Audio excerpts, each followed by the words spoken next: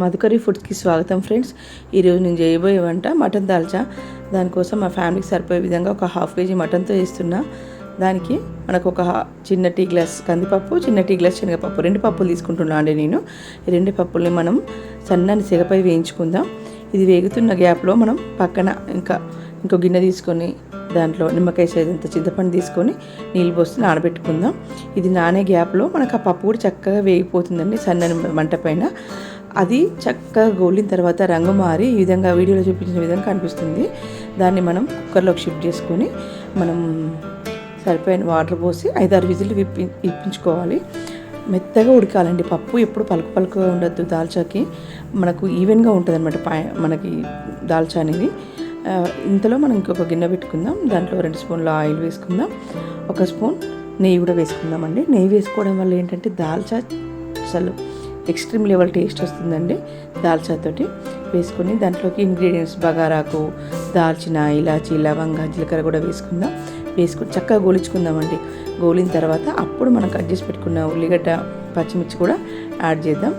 Add చేసేసి ఇవి గోలే లోపల మనం దీనిలో కావాల్సిన ఒక పెద్ద సైజు టమాటా, ఒక పావు కిలో సొరకాయ ముక్కలు కూడా కట్ చేసి పెట్టుకుందాం. దాంతోపాటు మనం కొత్తిమీర, పుదీనా, కరివేపాకు 3 ఆకులను కూడా రెడీ చేసి పెట్టుకుందాం. ఇట్లాంటి నేను నాన్ వెజ్ ఐటమ్ చేస్తున్నప్పుడు ఏంటంటే అల్లం వెల్లుల్లి పేస్ట్ అప్పటికప్పుడే రెడీ చేసుకుంటాను. అట్లా రెడీ చేసుకోవడం వల్ల ఏంటంటే చాలా టేస్టీగా ఉంటాయి మనకి నాన్ వెజ్ వంటలు అనేవి. అలా రెడీ చేసుకున్న పేస్ట్ 1 స్పూన్ వేసుకొని పచ్చి వాసన పోయేంత వరకు గోలించుకుందాం. ఇలా గోలేదానికి మనం ఒక స్పూన్నర పసుపు వేసుకోవాలి. స్పూన్నర పసుపు వేసుకొని గోలిన తర్వాత దీంట్లోకి మనం ముందుగా రెడీ చేసి పెట్టుకున్న కరివేపాకు ఉంది కదండి, కరివేపాకు, పెద్ద సైజు టమాటా ముక్కలు వేసేసి చక్కగా కలుపుకుందాం. ఇలా కలుపుకున్న తర్వాత నేను మటన్ ఏంటంటే దీనికోసం తెప్పించిన మటన్ హాఫ్ కేజీ ఉంది కదా, అది ముందే కడిగి పెట్టేసుకున్నాను తేగానే. మామూలుగా మనకు మటన్తో కన్నా మటన్ బోటీ కూడా బాగుంటుందండి. కాకపోతే మా ఇంట్లో మా చిన్నోడు తినకపోవడం వల్ల వాడు అంత ఇష్టపడ్డా ఆ స్మెల్, ఆ ఫ్లేవర్. అందుకనేసి నేను ఓన్లీ మటన్తోనే చేస్తున్నాను. మనకు మటన్ దాల్చా కోసం అంటే మటన్ సెంటర్లో మనకి కొవ్వు కూడా ఇస్తారండి. ఆ కొవ్వు యాడ్ చేస్తే చాలా బాగుంటుందండి టేస్ట్. అందులో మనకు వైట్ కలర్లో కనబడుతుంది కదా, మనకు చూపిస్తున్న వీడియోలో ఆ వైట్ కలర్లో కనిపించేదంతా కూడా మనకు మటన్ కొవ్వేనండి. మనం యాక్చువల్గా అయితే తీసుకోవద్దు, అది ఎప్పుడో ఒకసారి చేసుకునే వంట కాబట్టి సర్లే చేసుకోవచ్చు అనే ఉద్దేశంతో నేను వేసేసిన. ఇందులో వేసి ఎప్పుడు కూడా మటన్ని మనకు నీళ్ళు మొత్తం ఎక్కిపోయే విధంగా టమాటాలో water, at the same time మటన్లో ఉన్న వాటర్, రెండిట్లో ఉన్న వాటర్ ఎనికిపోయేటట్టు చక్కగా గోలించుకోవాలి. మటన్ ఒక 10-15 నిమిషాలు మగ్గించుకోవాలి. అట్లా మగ్గితేనే మనకు చక్కగా ఉంటుందండి. మనకి ఆ నీసు వాసన రాకుండా ఉంటుంది ముక్క. అట్లా మగ్గిన దాంట్లోకి మనకి చివరిగా మనకు అడగంటుతూ ఉంటుంది.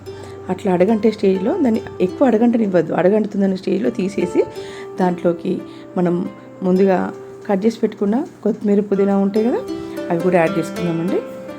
కొత్తిమీర, పుదీనా కూడా యాడ్ చేసేసి దాంట్లోకి మనం ముందుగా కట్ చేసి పెట్టుకున్న సొరకాయ ముక్కలు ఉన్నాయి కదా, వాటిని కూడా యాడ్ చేద్దాం. మామూలుగా సొరకాయ ముక్కలు ముందే యాడ్ చేసుకోవచ్చు. కాకపోతే సొరకాయ ముక్కలు ముందే యాడ్ చేస్తే ఏమవుతుందంటే చాలా ఎక్కువ ఉడికిపోతాయి. అట్లా ఉడికి మనకు సాంబార్లో లాగా ఇట్లా ఇండివిజువల్గా కనబడవు అనమాట. అందుకనేసి నేను మటన్ ఉడికి మగ్గిన తర్వాత ఒక 10 నిమిషాలకి వీటిని వేస్తున్నా. వీటిని వేసి అప్పుడు మనకు ఒక 3 స్పూన్ల కారం వేసుకోవాలి. 3 స్పూన్ల కారము, 2 స్పూన్ల ఉప్పు, ఒక 2 స్పూన్ల గరం మసాలా. గరం మసాలా అంటే ధనియాల పొడి అండి, వేయించిన ధనియాల పొడి. వేయించిన ధనియాల పొడి నేను ఇంట్లోనే ప్రిపేర్ చేస్తా. దాంట్లో వేయించిన ధనియాలు, లవంగా, యాలకులు, దాల్చిన అన్నీ సమపాలలో వేసేసి చేస్తారండి. అదేంటంటే పిల్లలకి ఎగ్ రైస్ చేసినప్పుడు కానీ, ఫ్రైడ్ రైస్ చేసినప్పుడు కానీ యూజ్ అవుతుందని చేసి పెట్టుకుంటాను. అలాంటి గరం మసాలాని యాడ్ చేసిన ఇప్పుడు అది వేసి మనకు ఒక 10 నిమిషాలు, పావు గంట మగ్గనివ్వాలి. ఇట్లా మగ్గనివ్వడం వల్ల సొరకాయ ముక్కకి ఉప్పు, కారాలు చక్కగా పడితే అట్లా మటన్ ఫ్లేవర్ కూడా పడుతుంది. మనం ఇందాక వేసుకున్న పుదీనా, కొత్తిమీర ఫ్లేవర్స్ కూడా దీనికి చక్కగా యాడ్ అయిపోతాయి. ఇట్లా యాడ్ అయ్యే గ్యాప్లో చూడండి మనకు చక్కగా నూనె వేరుకుంది కదా. ఇట్లా వేరుకున్న తర్వాత మనం ముందుగా రెడీ చేసి పెట్టుకున్న చింతపండు రసము, మంచిగా ఉడికిన పప్పు ఉంది కదా, మెత్తగా ఉడికిన పప్పు, వాటిని యాడ్ చేసుకొని మనకు వీడియోలో చూపించిన విధంగా సాంబార్ కంటే కొంచెం థిక్ కన్సిస్టెన్సీ వచ్చే విధంగా ఉడికించుకోవాలి 1/2 గంట సేపు.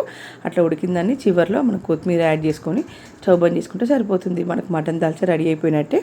ఇలాంటి మటన్ దాల్చాని చక్కగా బగారాతో సర్వ్ చేసుకుంటే ఆహా ఏం రుచి అనాల్సిందే. ఒకవేళ మీకు నచ్చితే మీరు ట్రై చేయండి friends. Thank you for watching this video.